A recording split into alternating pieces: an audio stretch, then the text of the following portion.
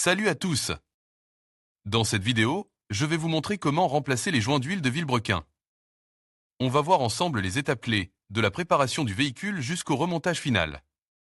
Je vous expliquerai notamment comment identifier le problème, quels outils vous aurez besoin, et surtout, comment éviter les erreurs courantes. Alors, si vous vous apprêtez à vous lancer dans cette réparation, restez bien avec moi, on commence. Alors, on se retrouve aujourd'hui pour parler du remplacement des chemises de Vilebrequin, et plus précisément, comment on peut le faire sans avoir à démonter le vilebrequin lui-même. C'est une opération qui peut sembler complexe, mais en suivant les étapes correctement, c'est tout à fait réalisable. On va commencer par le remplacement des chemises. Il est crucial de choisir des chemises de qualité, parfaitement adaptées à votre moteur. N'hésitez pas à consulter votre manuel d'atelier pour vous assurer de la compatibilité.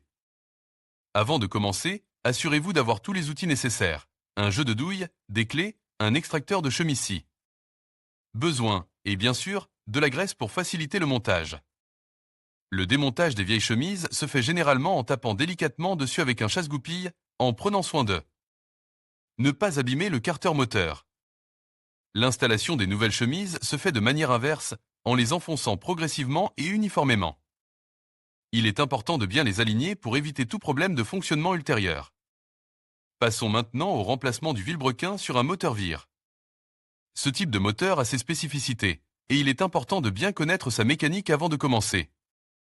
Le démontage du vilebrequin sur un vire nécessitait souvent le retrait de plusieurs composants, comme la pompe à huile, le carter d'huile, et parfois même le bloc-cylindre. Chaque étape doit être réalisée avec précision, en suivant les instructions du manuel d'atelier. Le remontage se fait ensuite en suivant les étapes inverses, en veillant à bien serrer tous les boulons au couple recommande. N'oubliez pas de vérifier l'alignement du vilebrequin avant de le remettre en place. Ensuite, on va parler du remplacement des chemises de vilebrequin elles-mêmes. Comme je les mentionne, il est essentiel de choisir des chemises de qualité, parfaitement adaptées à votre moteur. Le processus de remplacement est assez délicat et demande de la patience et de la précision. On utilise généralement un outil spécial pour extraire les vieilles chemises et installer les nouvelles. L'utilisation de graisse est recommandée pour faciliter le montage et éviter d'endommager les chemises. Après le remplacement, il est important de vérifier l'alignement et le jeu des chemises pour s'assurer qu'elles sont correctement installées. Un point important à souligner, le vilebrequin serre l'arbre sur les chemises. Cette liaison est essentielle pour le bon fonctionnement du moteur. Il est donc crucial de s'assurer que le serrage est correct et que le vilebrequin est parfaitement aligné. Un mauvais serrage peut entraîner des vibrations, des bruits anormaux et même des dommages importants au moteur. Il faut donc être très attentif à cette étape. Maintenant, parlons de l'évolution des chemises Ziguli. Vous vous demandez peut-être pourquoi les anciennes chemises Ziguli avaient des trous, alors que les modèles plus récents n'en ont plus. En fait, ces trous servaient à faciliter le refroidissement du vilebrequin. Cependant, avec l'évolution des technologies et des matériaux, ce système n'est plus nécessaire, et les chemises modernes sont conçues pour un refroidissement optimal sans ces trous.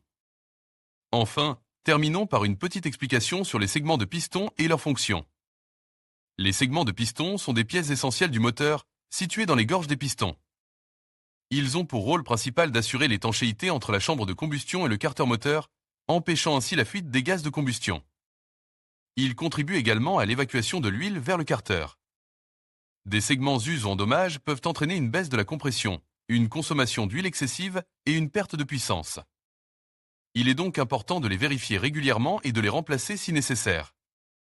Alors, on se retrouve aujourd'hui pour parler du remplacement des joints d'huile de vilebrequin et plus précisément, comment on peut s'y prendre sans avoir à démonter complètement le vilebrequin. C'est une opération qui peut sembler complexe, mais avec un peu de méthode, c'est tout à fait réalisable. Commençons par les signes d'usure des segments de piston. Souvent, une consommation d'huile excessive est un indicateur clé. On peut aussi observer de la fumée bleue à l'échappement, surtout au démarrage ou lors d'accélérations franches. Une perte de compression peut également être liée à des segments us et se manifester par une baisse de puissance du moteur et des difficultés à démarrer. Il faut bien inspecter les segments, vérifier leur jeu axial et leur usure sur leur surface. Un jeu excessif ou une usure importante signifie qu'il faut les remplacer. Passons ensuite à la restauration des vilebrequins.